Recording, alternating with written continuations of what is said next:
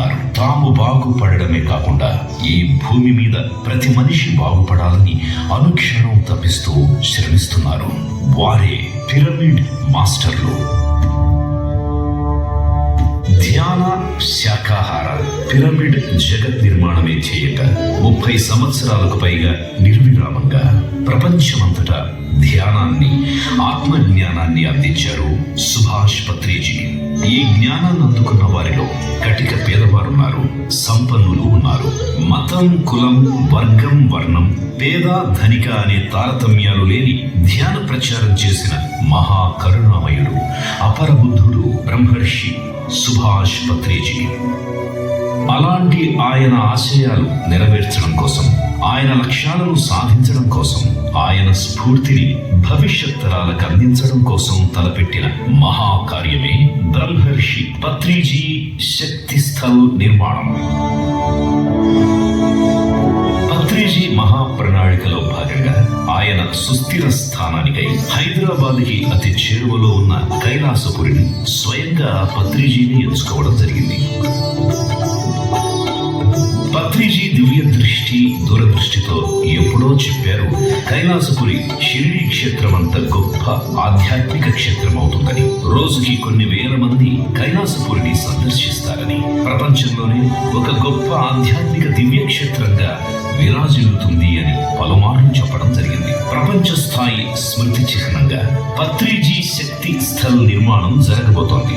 యోగుల సమాధుల దగ్గర వారి యొక్క చైతన్య శక్తి, ధ్యాన శక్తి నిక్షిప్తమై ఉంటాయి. అక్కడ ధ్యాన సాధన చేయడం ద్వారా సాధకుడు మరింత ఆధ్యాత్మిక లోతులకు ప్రయాణిస్తాడు అని చెప్పేవారు పత్రిజీ.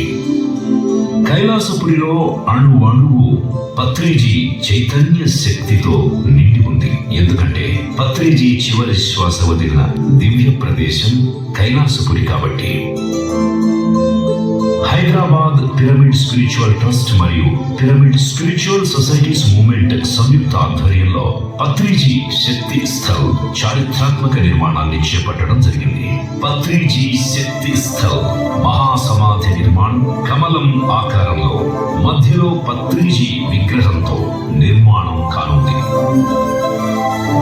కమలం సహస్రారానికి ప్రతీక. ప్రతి పిరమిడ్ మాస్టర్, ప్రతి మనిషి ధ్యాన సాధన చేస్తూ సహస్రార స్థితికి చేరాలి అనేది పత్రిజీ ఆశయం. పత్రిజీ శక్తి స్థల్ ప్రాంగణం సుందర తపోవనాలు,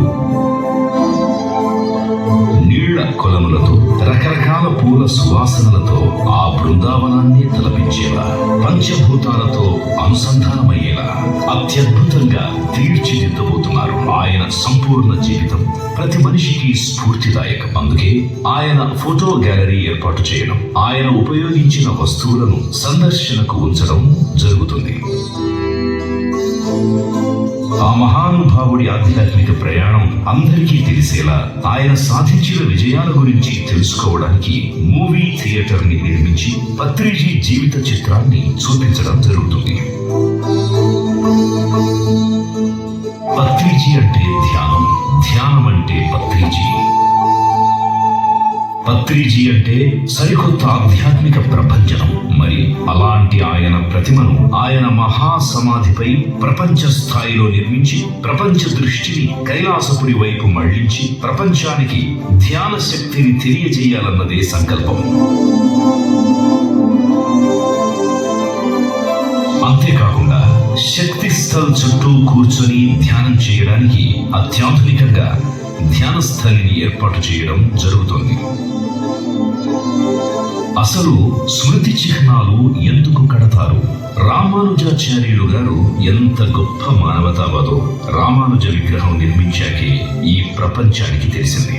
సర్దార్ వల్లభాయ్ పటేల్ గారి అపార సేవ, ధైర్య సాహసాలు, ఆయన నిలువెత్తు స్మారక శిల్పం నిర్మించాకే ఈ తరానికి అర్థమైంది. ప్రపంచవ్యాప్తంగా బుద్ధుడు, జీసస్, ఇంకా ఎంతో మంది మహానుభావుల స్మృతి చిహ్నాలు ఏర్పడడం జరిగింది.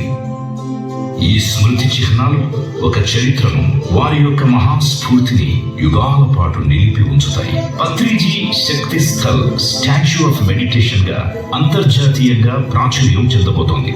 దీనికోసం పిరమిడ్ మాస్టర్స్ చేయవలసింది ఏమిటి?